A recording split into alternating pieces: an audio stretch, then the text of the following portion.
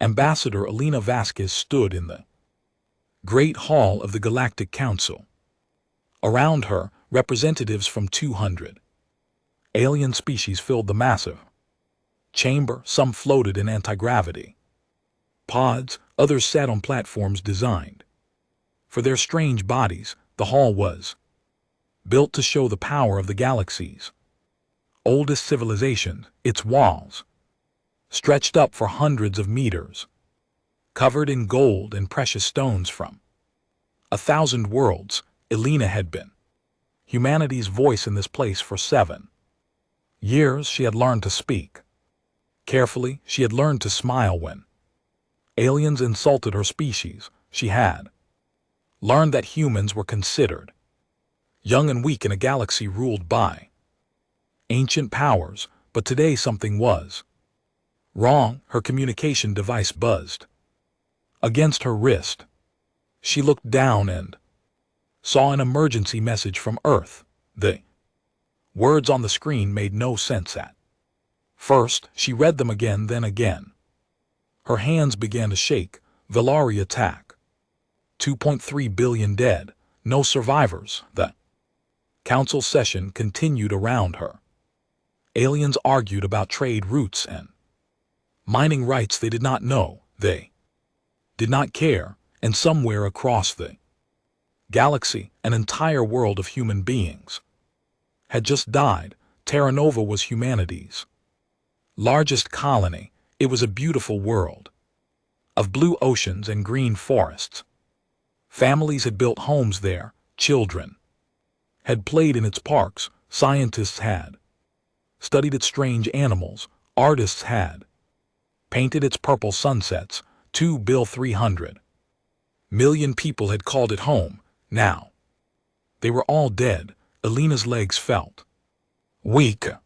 She grabbed the edge of her platform to stay standing. More messages came through. Reports from rescue ships that found nothing but ash. Images of a planet turned to black glass. The Velari had used something called ashfall, weapons so terrible that the council had banned it centuries ago. The Velari were one of the most powerful species in the galaxy. They were tall creatures with gray skin and forearms. They had been conquering worlds for 10,000 years. Before humans learned to make fire, they sat on the High Council and helped make the laws that governed all species, and they had just murdered 2 billion human beings. Elena looked across the chamber. At the Velari delegation, High Marshal Kethfer sat in his chair like a king on a throne. He was watching her. When their eyes met, he smiled. It was a cold smile full of pride and cruelty. He knew what he had done. He was proud of it. The council session ended, and Elena requested an emergency meeting. Word spread quickly through the chamber. By the time the High Council gathered, every species knew what had happened. Some looked at Elena with something like pity. Most looked at her with nothing at all. High Counselor Morith, a being of living crystal, called the session to order. His voice rang through the chamber like bells. We have received reports of an incident in human space. High Marshal Kethfer, please explain. KTH-4 rose from his seat. He was over 3 m tall, and his gray skin was covered with ritual scars. There is nothing to explain, he said. His voice was deep and calm. Humanity has been expanding into space that borders Velari territory. We warned them many times to stop. They did not listen. We were forced to defend our borders. Elena stepped forward. Defend your borders. Terra Nova was 15 light years from your nearest colony. It was a civilian world. There were no military bases. There were no weapons. There were children. There were families. And you burned them all. They were in our path. Keith said simply. Humanity grows too Fast, you spread like insects across the stars. We showed you what happens to insects that come too close to Velari. Fire, Alina felt rage building in her chest. You used Ashfall, the council banned that weapon. You broke your own laws. Kethfer shrugged his 4 shoulders. The ban applies to use against council members. Humanity is not a full member. You are observers, guests. You have no protection under our laws. The chamber was silent. Alina looked around at the alien faces. Some would not meet her eyes, others watch with cold interest, like scientists observing an experiment. None of them spoke in her defense. Hi. Counselor Morith made a sound like wind chimes. This is a difficult situation. The Velari have technically not broken any laws. However, we recognize that humanity has suffered a great loss. The council will offer reparations. Reparations, Alina's voice cracked. We will grant humanity 3 uninhabited moons in the outer territories. We will also provide a formal apology from the Velari Dominion. Alina stared at the crystal being. 3 moons for 2 billion lives. It is a generous offer, said a representative from another species. Most young races receive nothing when they anger their elders. Generous, Alina laughed, but there was no humor in it. You think 3 rocks in space are generous payment for genocide? Kavor stepped closer to her. He towered over her small human form. Be careful, little ambassador. Your species lives because we allow it. Accept the council's gift and be grateful, or perhaps humanity needs another lesson. Alina looked up at him. She was small and soft, a creature of flesh and blood, standing before a warrior who had conquered worlds. But something changed. In her eyes, the fear left them. Something else took its place, something old and cold and patient. I see, she said quietly. I understand now. She turned to face the full council. Her voice was steady and clear. For 7 years, I have stood in this chamber. I have listened to your wisdom. I have followed your rules. I believed that the Galactic Council stood for justice. I believed that the strong protected the weak. I believed that civilization meant something. She paused and looked at each member of the High Council in turn. I was wrong. This council protects only the powerful. It makes laws that punish the weak and excuse the strong. When the Velari murdered 2 billion innocent people, you offered us moons. When they used a ban weapon on civilians, you called it a border dispute. High Counselor Morith shifted uncomfortably. Ambassador Vasquez, please understand our position. The council must maintain peace between member species. We cannot start a war over what? Alina interrupted. Over the lives of humans. Our lives mean nothing to you. We are insects to you, pests, animals that have learned to talk. You are being emotional, Kethver said with contempt. This is why your species is unfit for the stars. You cannot control your feelings. Alina smiled. It was the same kind of smile Kethver had given her earlier, cold, patient, dangerous.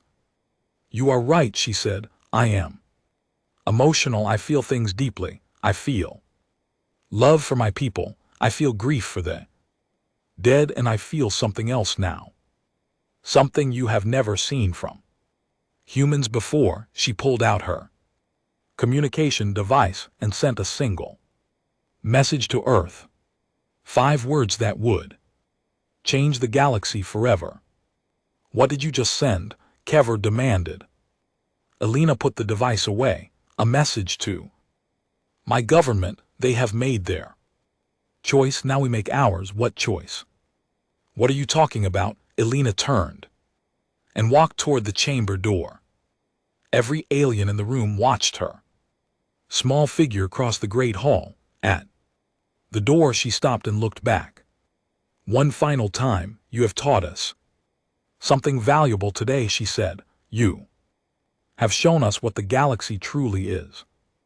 It is not a place of law and justice. It is a place where the strong do what they want and the weak suffer. You have made it very clear that humanity is weak. She opened the door. Enjoy that feeling while it lasts. Then she was gone. Chamber erupted in conversation. Aliens turned to each other with confusion and amusement. Who did this little human think she was? What can her primitive species possibly do against the might of the Velari, against the power of the council itself? Kavor laughed loudly.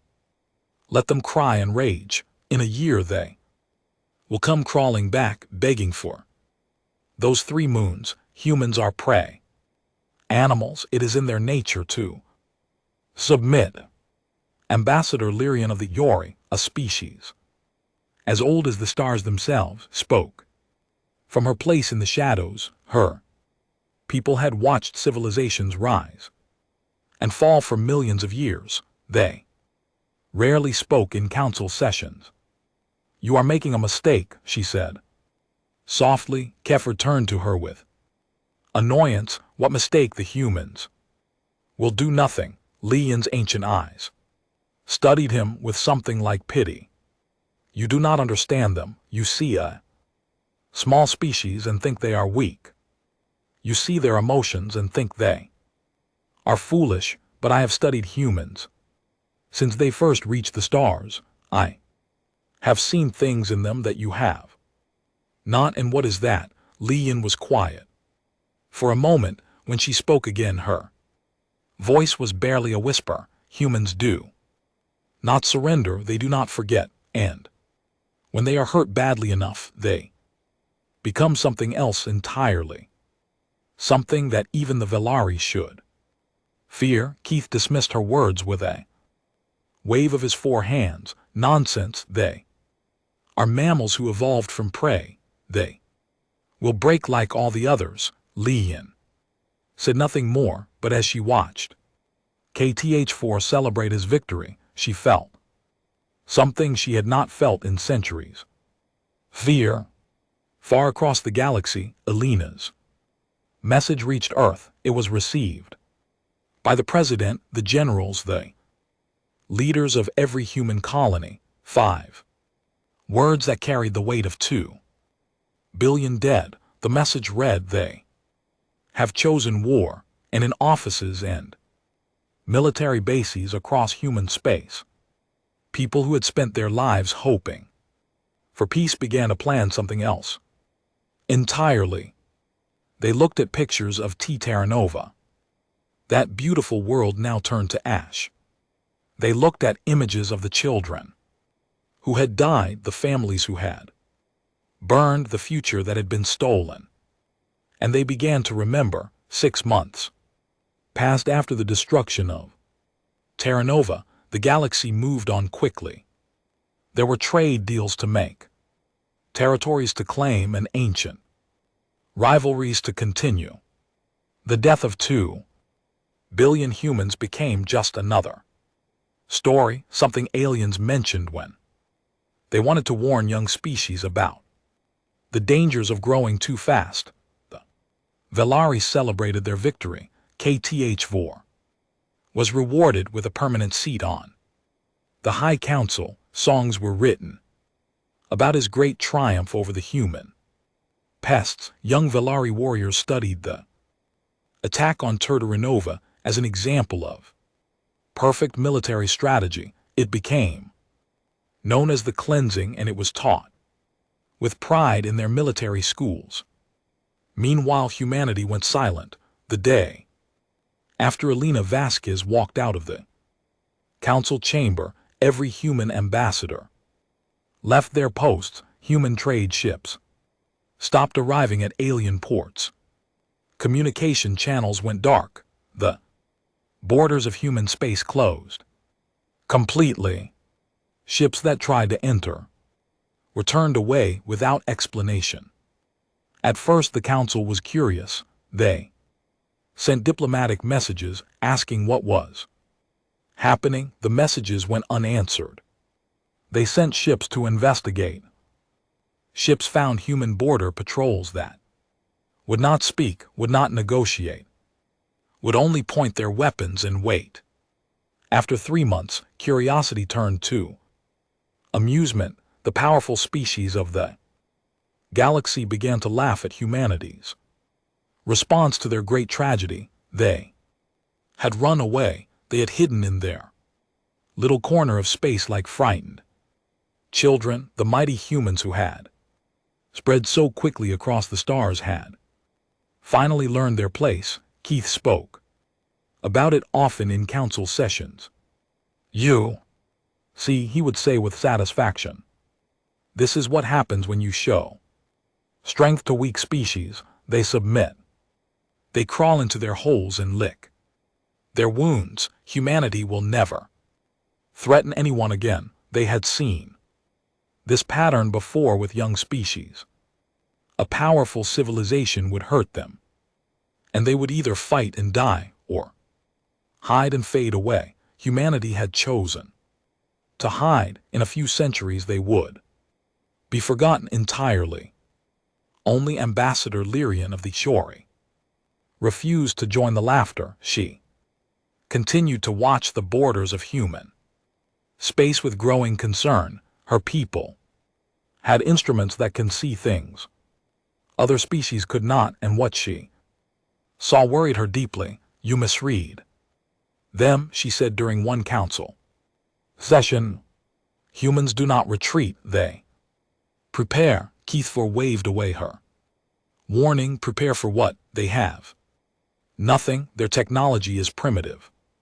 Their military is small. Even if they built ships for 100 years, they could not match Velari's strength." Lian shook her ancient head. "You do not understand what you have awakened." But no one listened to her. The galaxy was too busy enjoying peace and profit to worry about a silent species hiding at the edge of known space, inside human territory. Something unprecedented was happening. The message Elena Vasquez had sent, "They have chosen war," reached every human leader within hours of Terra Nova's destruction. Within days, the United Terran Federation called an emergency assembly.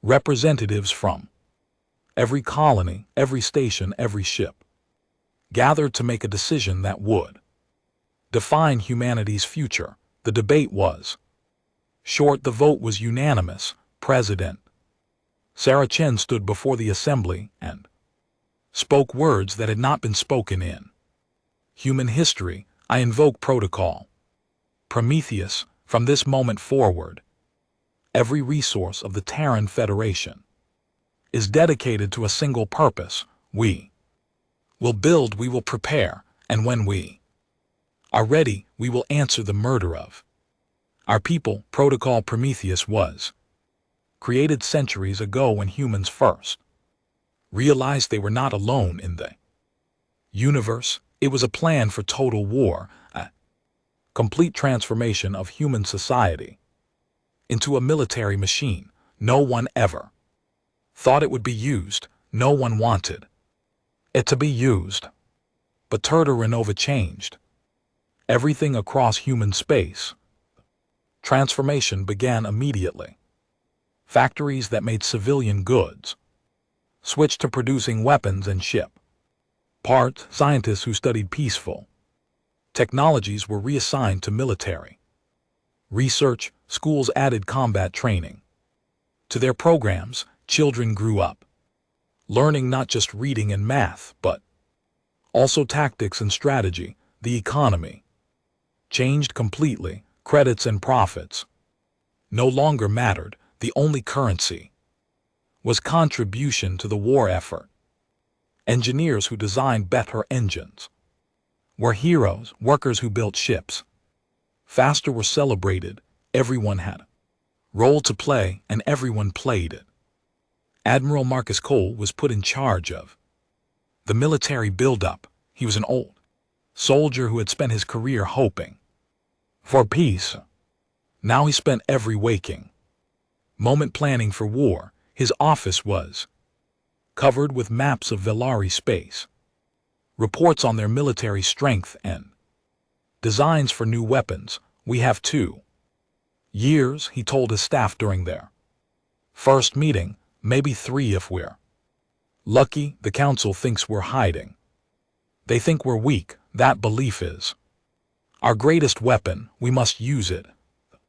Admirals and generals who served under him nodded. They understood. They had all lost people on Terra Nova, friends, family, loved ones turned to ash by Velari fire. Their grief had become fuel, and that fuel would burn for as long as it took. Cole looked at the designs on his desk. New ships, new weapons, things that would make the galaxy tremble. We will not just match strength, he said quietly. We will exceed it. We will build a force so powerful that the council will never threaten humanity again. Is that possible? Asked one of his officers. Velari have been building their military for 10,000 years. We have decades at most. Cole smiled grimly. The Velari build for glory. They build for tradition. They build the same ships their ancestors built because that is how it has always been done. We will build for one purpose only, victory. We will use every trick, every innovation, every idea that the galaxy considers too dangerous or too strange. The Velari think they are warriors. We will show them what war really is. Deep in secret facilities, human scientists worked on projects that would have terrified the council. They developed weapons that bent gravity itself, crushing ships like paper.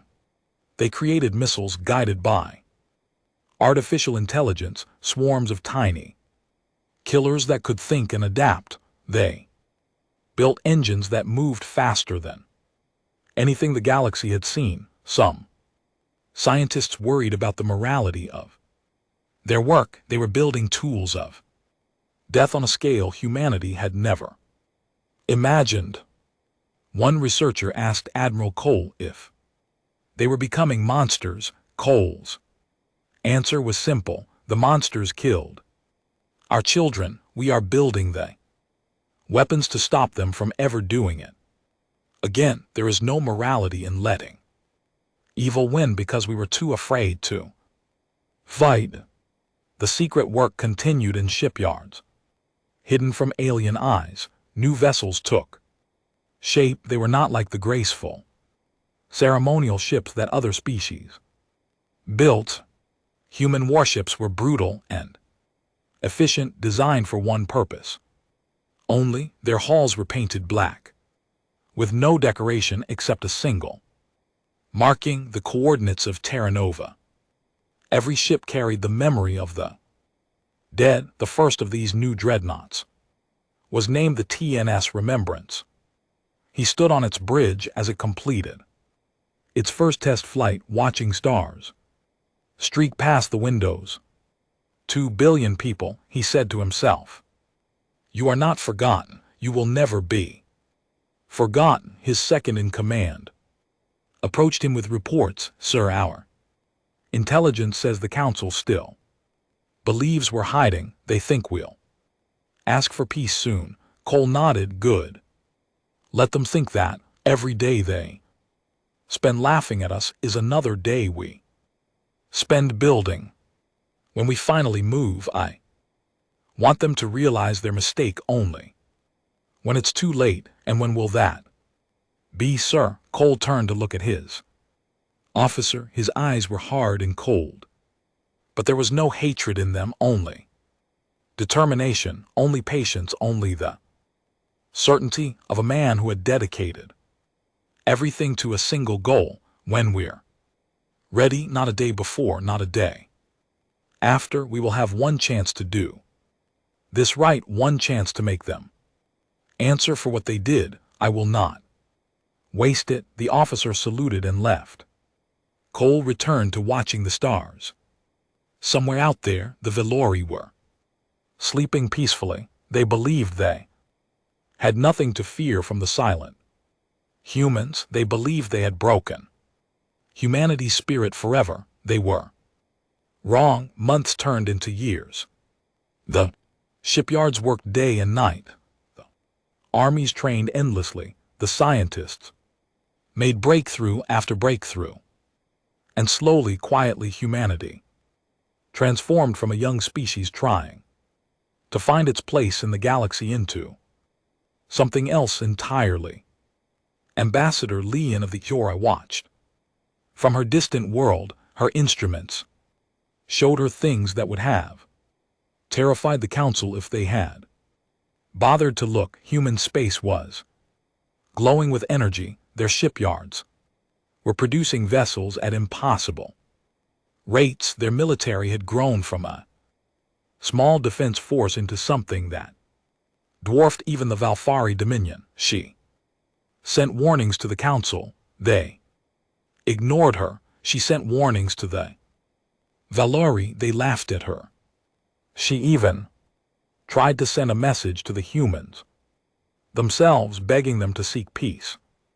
The message was returned with 3 words: too late now. On the 2nd anniversary of Terra Nova's destruction, Admiral Cole addressed his fleet. 10,000 ships hung in formation around the remembrance, their black holes blocking out the stars. Each ship was crewed by humans who had spent 2 years preparing for this moment. Each ship carried weapons that the galaxy had never seen. Cole's voice reached every crew member, every soldier, every pilot in the fleet. 2 years ago, we lost everything, he said. 2 years ago, the galaxy showed us exactly what it thought of human life. 2 years ago, we made a promise to our dead that we would answer their murder with justice. He paused, looking at the fleet around him. So many ships, so many people, so much power, all focused on a single purpose. Today we keep that promise. Today we emerge from silence. Today the Velari learn what happens when they harm humanity. The fleet began to move, thousands of engines burning bright against the darkness. They thought our silence meant surrender. Cole continued. They thought we were broken. They were wrong. Our silence was preparation. Our grief was fuel. Our patience was strategy. He gave the final order. All should set course for Velari space. It's time to show the galaxy what humanity really is. Far away, in the halls of the Galactic Council, alarms suddenly began to sound. Sensors across the galaxy detected something impossible. A human fleet of over 10,000 ships emerging from their borders, moving faster than anything their size should be able to move. Keith received the report in his chambers. He read it 3 times, certain there was a mistake. The numbers were impossible. Humanity could not have built such a force in 2 years. It was not possible, but the sensors did not lie. The wolves had finally emerged from their den, and they were hungry.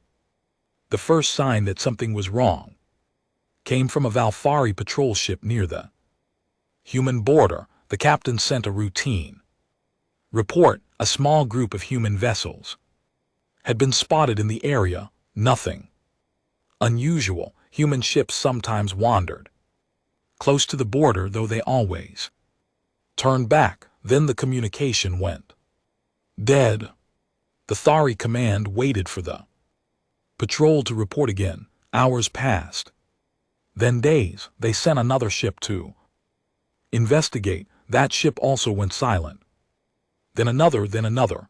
In the span of 2 weeks, 17 Vari patrol ships Disappeared, no distress signals, no wreckage, no explanation. Ships that had guarded the border for decades simply stopped existing. The Velari military began to worry. They increased patrols along the human border. They sent their best ships with their most experienced captains, and still ships kept vanishing. One patrol managed to send a partial message before going silent. The transmission was filled with static and fear. The captain's voice was shaking as he spoke. They came out of nowhere so fast we could not even track them. Our weapons did nothing. Our shields they just failed. There are hundreds of them, no thousands. They are singing.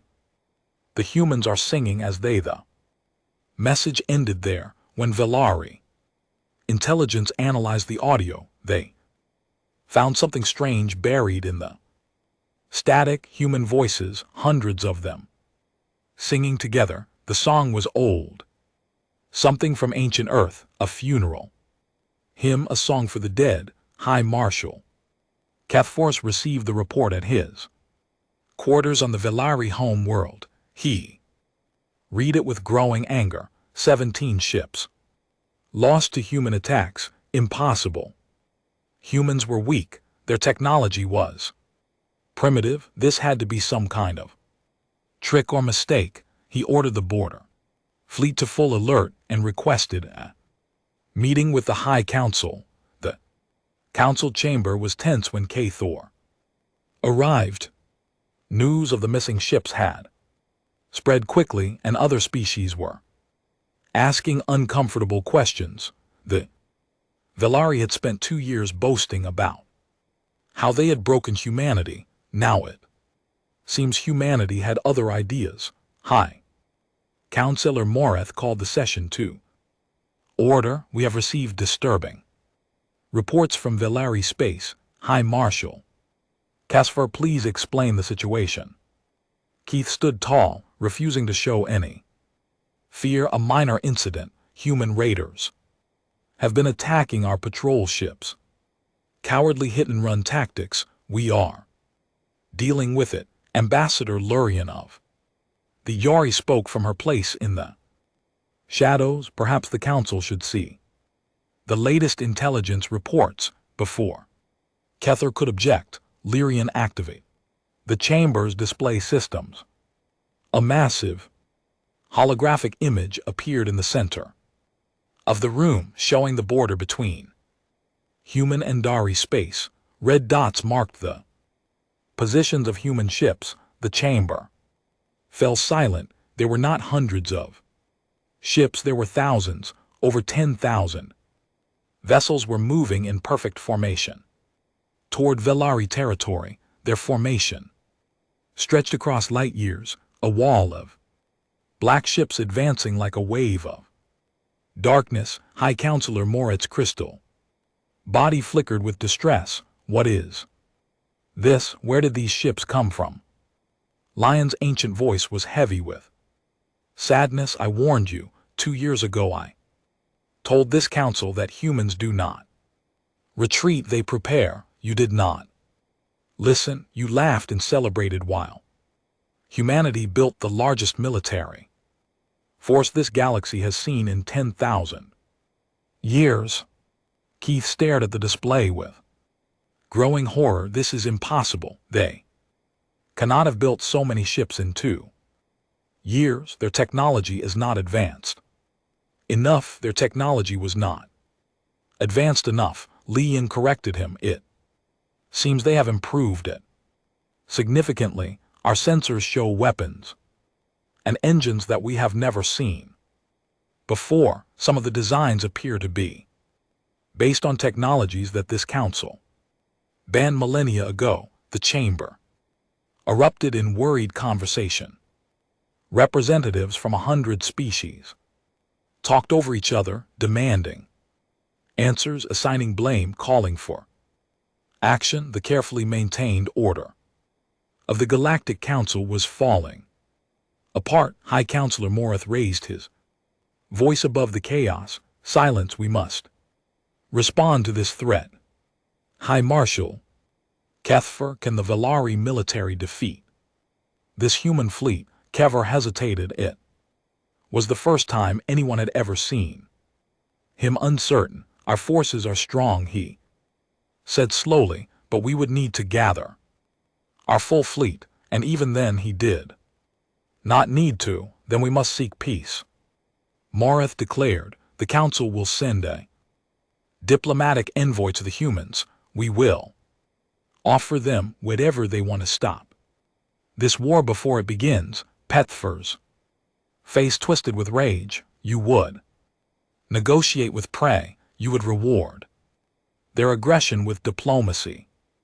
I would prevent the destruction of the Velari Dominion, Mareth replied coldly. Your pride has already cost this galaxy. Enough, the council voted quickly. Diplomatic ship was prepared, carrying representatives from the oldest and most respected species. They were given authority to offer humanity almost anything: territory, resources, technology, a seat on the High Council itself, whatever it took to prevent war. The envoy reached the edge of human space 3 days later. They broadcast peaceful intentions on all frequencies and waited for a response for hours.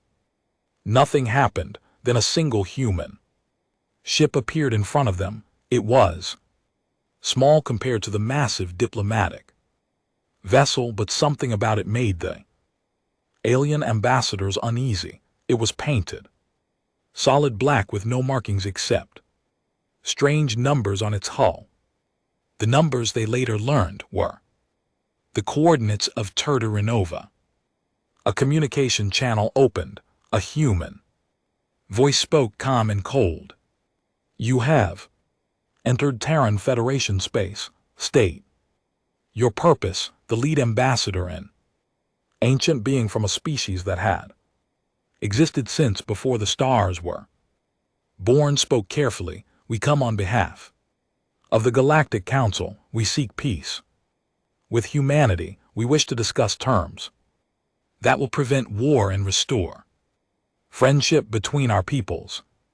There was a long silence. Then the human voice spoke again. Wait. Hours passed.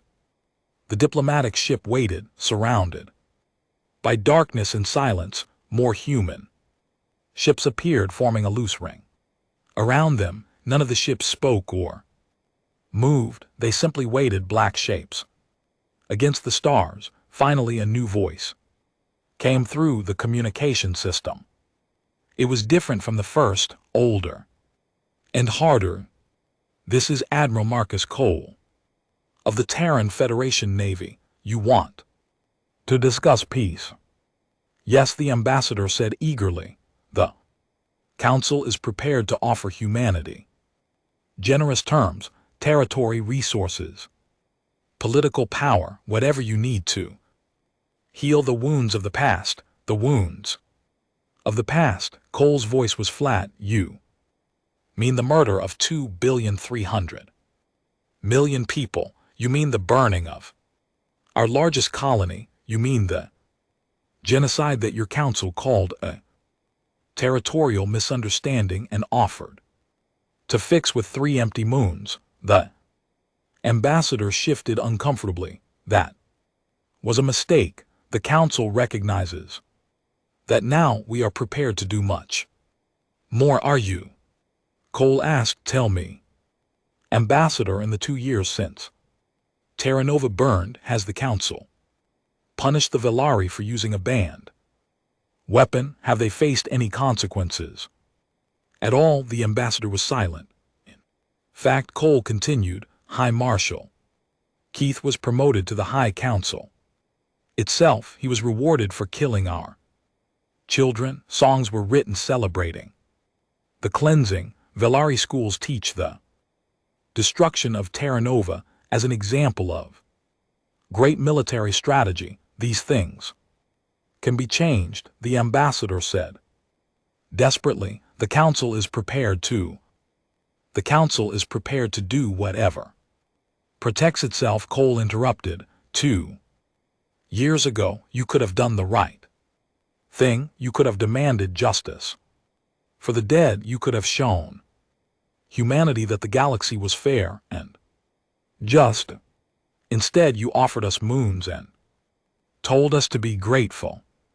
Admiral Cole, please, we can still find peace. War will only bring more death, more suffering. Surely humanity does not want that. There was another long silence when Cole spoke again. His voice was quiet but carried across the void like thunder. We do not want war. Ambassador, we never wanted war. We wanted to explore the stars. We wanted to learn from older civilizations. We wanted to find our place in the galaxy.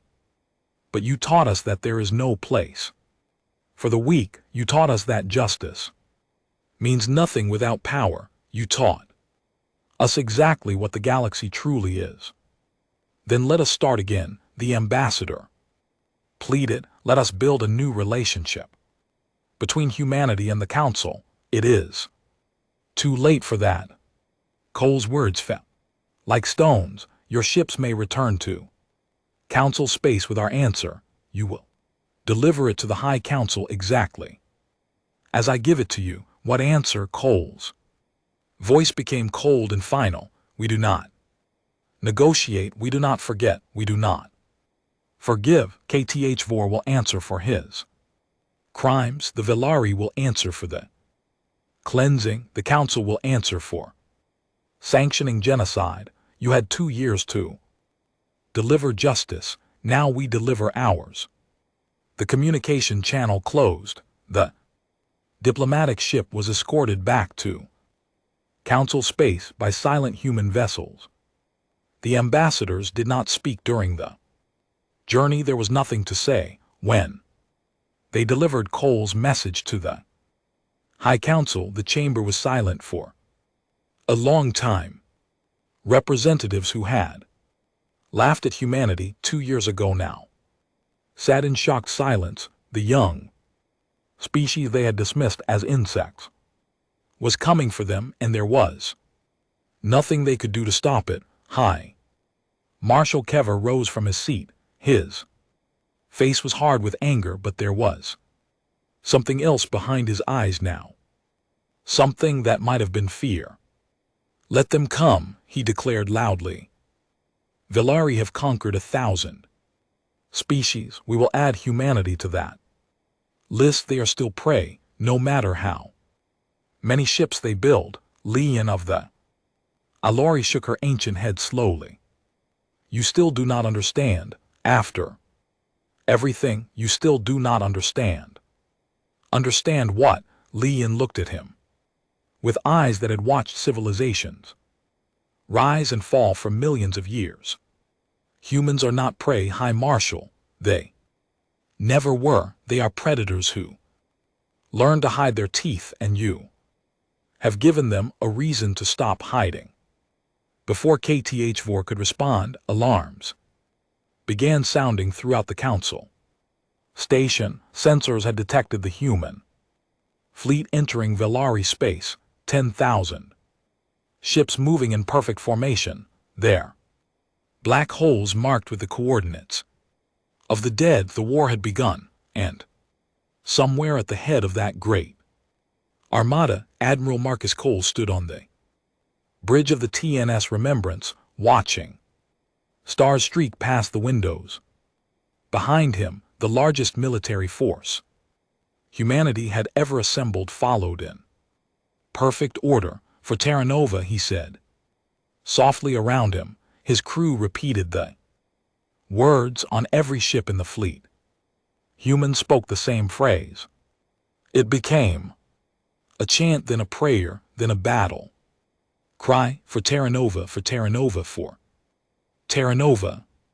The wolves had come for their revenge, and nothing in the galaxy would stop them. The war between humanity and the Velari Dominion lasted 11 days. In those 11 days, 10,000 years of Velari military dominance came to an end. The Velari had expected a long war. They had conquered species before and knew that wars between star-faring civilizations took years or even decades. They planned to use their experience and their fortified positions to wear down the human fleet. Over time, they believed that eventually humanity would tire of fighting and accept peace on Vithari terms. They were wrong about everything. The first 3 days of the war destroyed every assumption the Velari had ever made about military combat. Human ships did not fight the way other species fought.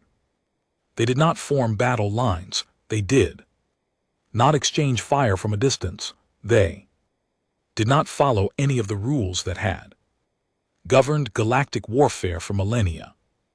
Instead, the human fleet moved like water flowing around Velari defenses and striking from unexpected angles. Their ships were faster than anything the Velari had ever seen. Their weapons were strange and terrifying, missiles that seemed to think for themselves, changing course mid-flight to find weak points in Velari armor, beams that bent gravity, crushing ships into twisted metal, devices that made Velari shields simply stop working. Admiral Cole commanded the assault from the bridge of the TNS Remembrance. He had spent 2 years planning every detail of this campaign. He knew the position of every Velari military base. He knew the patrol routes of every Velari fleet. He knew their tactics, their weaknesses, their blind spots, and he used that knowledge without mercy. On the first day, human forces struck 12 Velari military stations simultaneously. The attacks came without warning, without demands for surrender, without any communication at all. One moment the stations were operating normally, the next moment they were gone. The Vari commanders sent distress calls that were never answered. They begged for reinforcements that never came. They died wondering how everything had gone so wrong so quickly. By the end of the 3rd day, the entire border defense network had been destroyed. Humanity had not lost a single ship. The Velari High Command gathered on the home world to plan their response. High Marshal Kethfor demanded an immediate counterattack. Other commanders urged caution. The arguments grew heated as reports continued to arrive, each one worse than the last. Finally, they agreed on a plan. The Velari would gather their full battle fleet at the Korath Nebula, a strategic position deep in their territory. From there they would launch a massive strike against the human forces. It was the same strategy that had won the Velari a 100 wars over 10,000 years. The fleet gathered over the next 4 days, 3,000 warships, the pride of the Velari Dominion, assembled in perfect formation. Kethfor himself took command, standing on the bridge of his flagship with confidence. This was what the Valfari did best. This was how they had conquered the galaxy. Let the humans come, he announced to his captains. They will break against Velari might like waves against a mountain. The humans came, but they did not break. Admiral Cole received reports of the Velari gathering and smiled for the first time since the war began. They were doing exactly what he had expected. They were fighting the same war they had always fought, using the same tactics that had always worked. They did not understand that this war was different. All ships, he ordered, proceed to the Korath Nebula. It's time to end this. The human fleet arrived at the nebula on the morning of the 8th day. The Valfari were waiting there, ships arranged in a classic defensive Formation. Both fleets faced each other across the void, thousands of vessels ready for battle. Kever opened a communication channel. Human admiral, you have fought well, but this is where your war ends. Surrender now, and we may show mercy. Cole's response was calm. The time for mercy was 2 years ago, High Marshal. You chose differently then, so do we. The battle began. The Velari expected the humans to charge straight at them, the way other species always did. Instead, the human fleet split into dozens of smaller groups that moved in complex patterns around the Velari. Formation. The Velari tried to target them, but the human ships were too fast, too unpredictable. Then the human weapons began to fire. Swarms of tiny missiles erupted from human ships, thousands of them, each one guided by artificial intelligence that let it think and adapt. The swarms moved like living things, finding gaps in Velari defenses, overwhelming point defense systems, slipping through shields that were never designed to stop so many small targets. Velari ships began to explode, one then 10, then 100.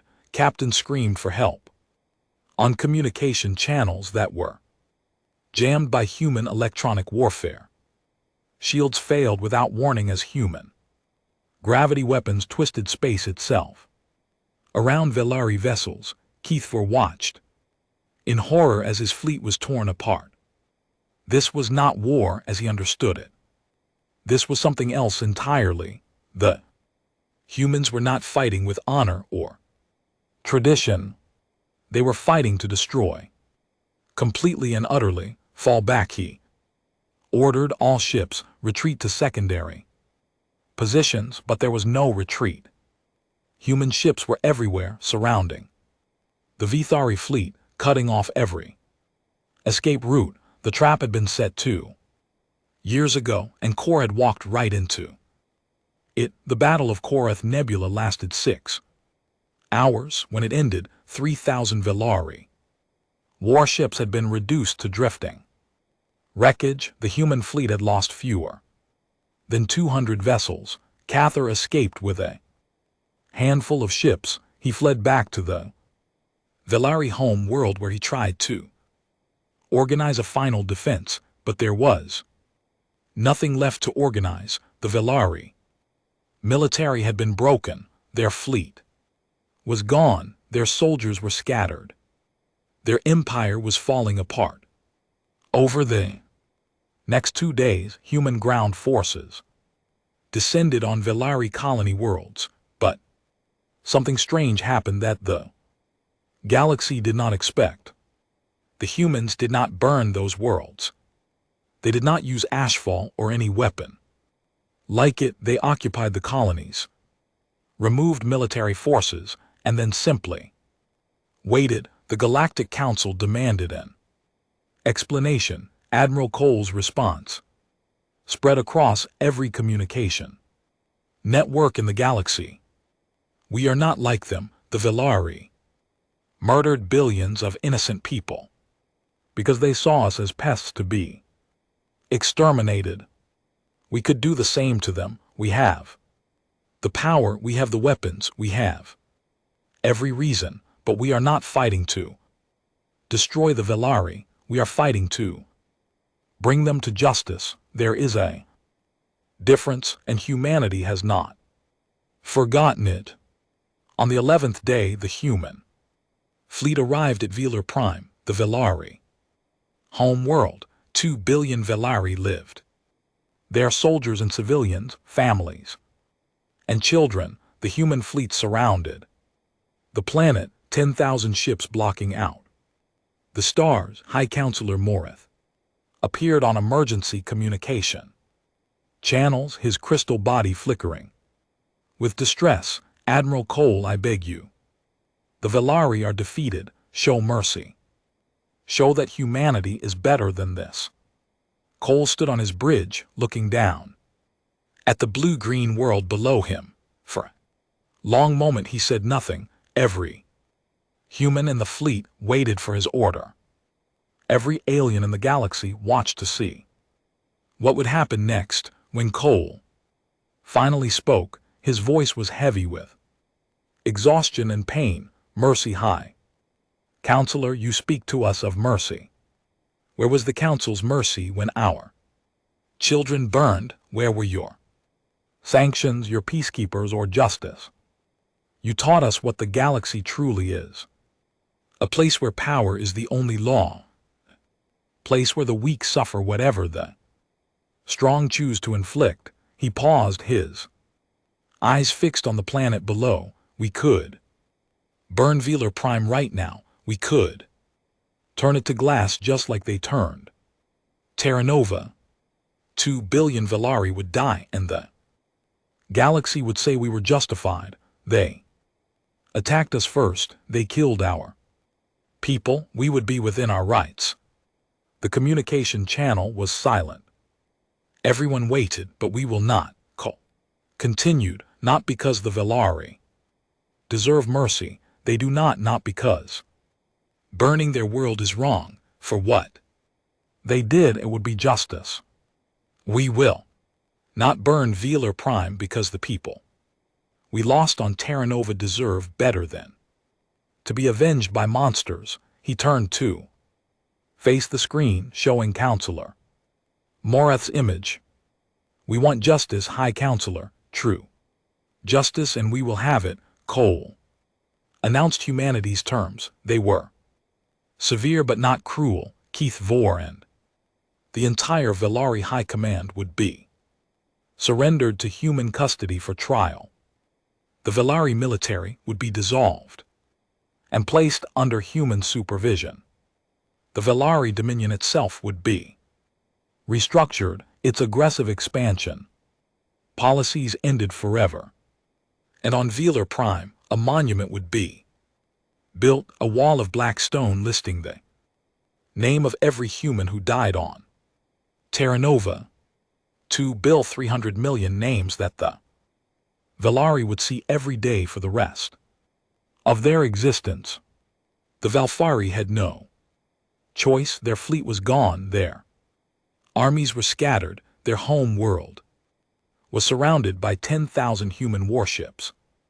They accepted the terms. Kever was brought before the human fleet in chains. He walked past rows of human soldiers who stood in perfect silence, their eyes following him with cold hatred. He was placed in a shuttle that would take him to stand trial for genocide. Before he boarded, he turned to face Admiral Cole one last time.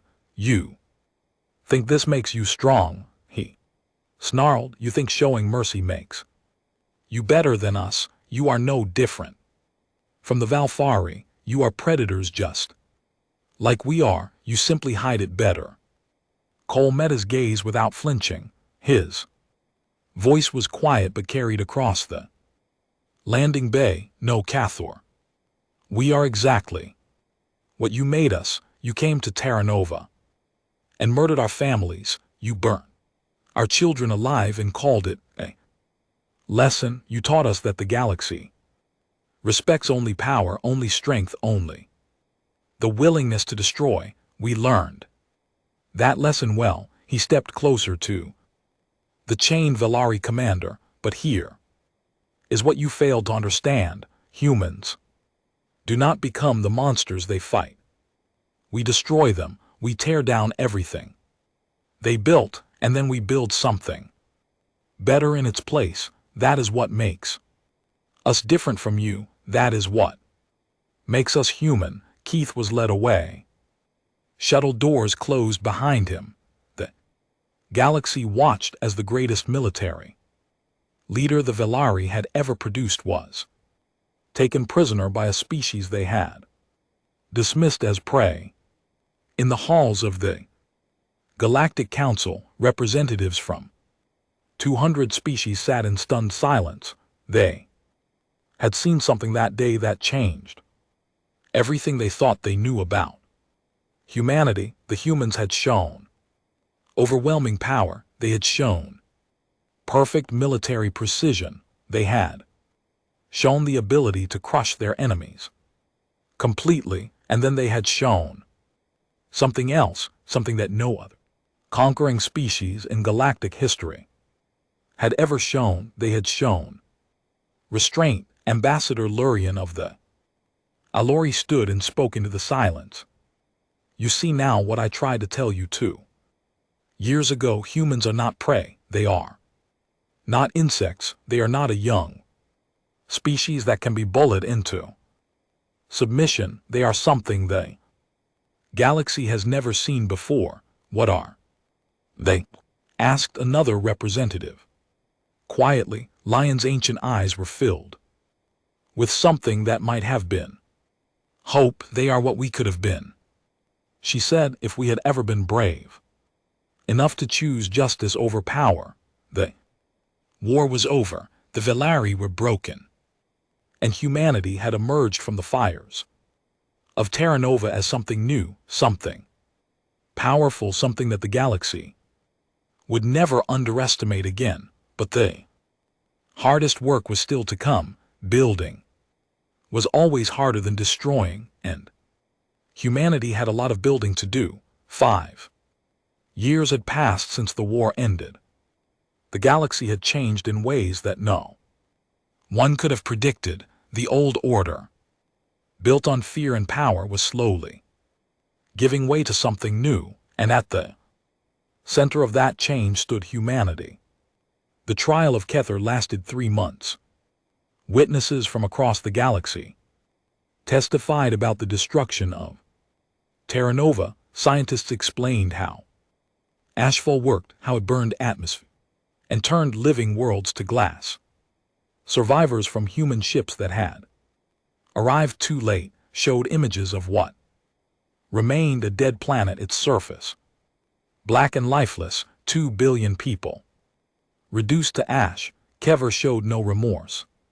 He stood before the court with pride, defending his actions as necessary for Velari security. He called humanity plague that needed to be stopped before it spread further. He said he would do it again if given the chance. The court found him guilty of genocide. He was sentenced to spend the rest of his life on a prison planet, watching recordings of Terra Nova before the attack.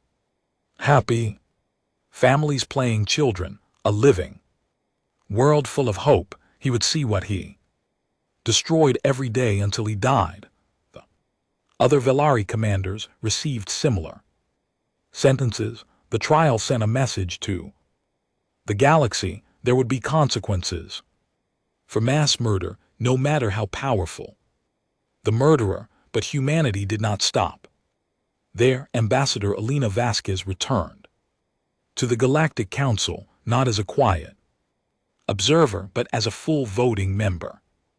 She had been offered the position 6 months after the war ended. The Council had learned its lesson about ignoring humanity. Her first act was to propose a complete restructuring of Council law. The old rules which protected powerful species while ignoring crimes against weaker ones were thrown out. New laws were written that applied equally to everyone.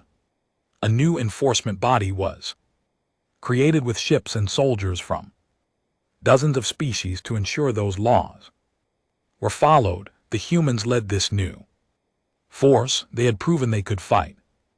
More importantly, they had proven they could win and then choose not to destroy. Other species trusted them to use power wisely. Not everyone welcomed the changes. Some of the older species complained that humanity was moving too fast, that they were disrupting traditions that had existed for millennia. A few even whispered about forming alliances to push back against human influence. Those whispers never went anywhere. The galaxy had seen what happened to the last species that threatened humanity. No one was eager to be second. On the 5th anniversary of Terra Nova's destruction, a ceremony was held at the memorial on Velar Prime. The wall of black stone stretched for Killam, 2 bill 300 million names carved, in letters small enough to fit but large enough to read, humans and aliens alike walked along the wall in silence, reading names and trying to imagine the lives they represented. Ambassador Vasquez stood before the memorial and addressed the gathered crowd. Representatives from over 100 species had come to pay their respects. Many of them had never cared about human lives before. Now they stood with tears on their strange faces, mourning people they had never met. 5 years ago Vasquez began. This wall did not exist 5 years ago. These names were living people with hopes and dreams. 5 years ago the galaxy decided that their lives did not matter. She paused, looking out at the crowd. We built this memorial not for revenge. We built it so that no one would ever forget what happens when the powerful decide that some lives are worth less than others.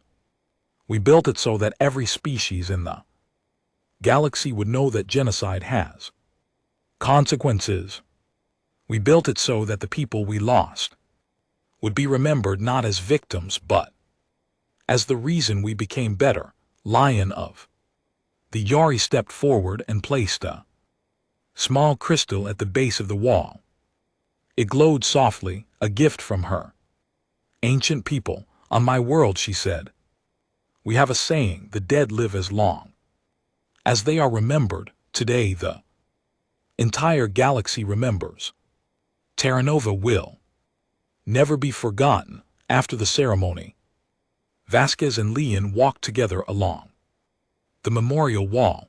The old ambassador had become a friend to humanity over the years, one of the few aliens who had tried to warn the council about their mistake. You could have become monsters, Leon said quietly. After what the Velari did, no one would have blamed you. You had every right to burn their world and call it justice. Vasquez stopped and looked at a section of names, an entire school listed alphabetically. She touched the stone gently. My niece is on this wall, she said. Sophia, she was 7 years old. She wanted to be a starship captain when she grew up. She used to send me drawings of the ship she designed. Leon was silent, giving her space to speak. When I got the news about Terra Nova, all I could think about was revenge. I wanted the Valfari to suffer. I wanted them to know what it felt like to lose everything. I wanted to burn their worlds and listen to them scream. She turned to face the ancient alien. But Sophia did not die so I could become a monster. She died because monsters already existed. The only way to honor her memory was to make sure those monsters could never hurt anyone again. Not through more death, but through justice, through building something better. Leon nodded slowly. That is why the galaxy trusts you now, not because you are powerful. Other species have been powerful, but because you have proven that justice and strength can walk hand in hand. That is why the galaxy trusts you now, not because you won the war. Other species have won wars. The galaxy trusts you because when you had the chance to become exactly what you fought against, you chose differently. The two of them continued walking in silence. Around them, aliens and humans read names and shared stories about the dead. Enemies from the old days stood side by side, united by grief and hope. Far from Velar Prime, on a small blue planet called Earth, Admiral Marcus Cole tended a garden. He had retired after the war, refusing every medal and promotion that the Federation tried to give him. He said he had done his duty and now it was time for others to carry the burden. The garden was small, just a patch of land behind his house, but the flowers that grew there were special. They came from seeds recovered from Terra Nova in the months before the attack. Seeds that some scientist had stored on a ship, never knowing they would be the only survivors of an entire world. Cole spent his days caring for those flowers, watching them grow, remembering what they represented. Sometimes reporters came to ask him questions about the war. He always turned them away. The war was over. It was time to think about life, not death. One day, a young reporter refused to leave. She waited outside his gate for hours until Cole finally agreed to speak with her. She asked him one question: how did he want humanity to be remembered? Cole thought about it for a long time. He looked at his flowers, at the purple blossoms that had once covered the fields of Terra Nova. He thought about the people who had planted them, the families who had walked among them, the children who had picked them and brought them home as gifts. We were hurt, he said finally. We bled, we burned. The galaxy expected us to either break or become the very thing that broke us, to surrender or to seek revenge without end. He knelt down and touched one of the flowers gently. We chose a third path. We became something new, something that remembers the dead by protecting the living, something that fights for justice without losing its soul. That is what I want humanity to be remembered for, not the war, not the killing, the choice we made after. The reporter published his words across the galaxy. They spread from world to world, species to species. Humans who had never seen Terra Nova read them and felt proud. Aliens who had once feared humanity read them and felt hope. Years passed, decades, centuries. The galaxy continued to change. Old empires faded. New civilizations rose. Wars were fought and ended. Peace was broken and rebuilt. But some things remained constant. Humanity continued to stand for justice. Even when it was hard, they continued to protect the weak, even when it cost them. They continued to remember Terra Nova, even when the last human who had lived there was long dead. And across the galaxy, a saying spread among the space-faring species. It was spoken by travelers warning each other about dangerous routes, by parents teaching children about the galaxy's history, by soldiers whispering before battle, and diplomats negotiating treaties. The saying went like this: do not mistake human kindness for weakness. Do not mistake their patience for fear. Do not mistake their silence for surrender. They will offer you friendship freely and defend it without limit. They will give you every chance to choose peace, but never give them a reason to remember your name, for if you do, they will come for you, not with anger, not with hatred, with something far more terrifying. They will come with justice. On a small blue planet at the edge of the galaxy, flowers from a dead world continued to bloom.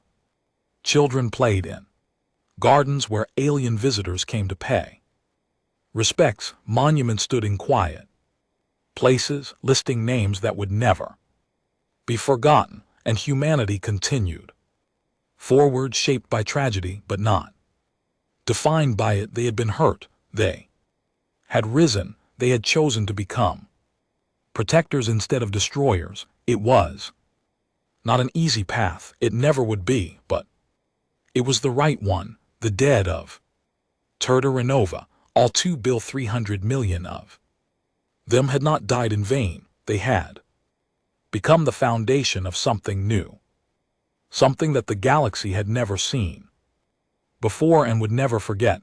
A species that chose justice over vengeance, species that remembered without hatred, a species that proved against all odds that the strongest thing in the universe is not the power to destroy. It is the courage to choose not to, and so the story ended not with fire and blood, but with flowers growing in Terran soil, with children laughing in gardens of peace, with a galaxy slowly learning what humans had known all along. Dead do not want us to become monsters. They want us to become better, and that is exactly what humanity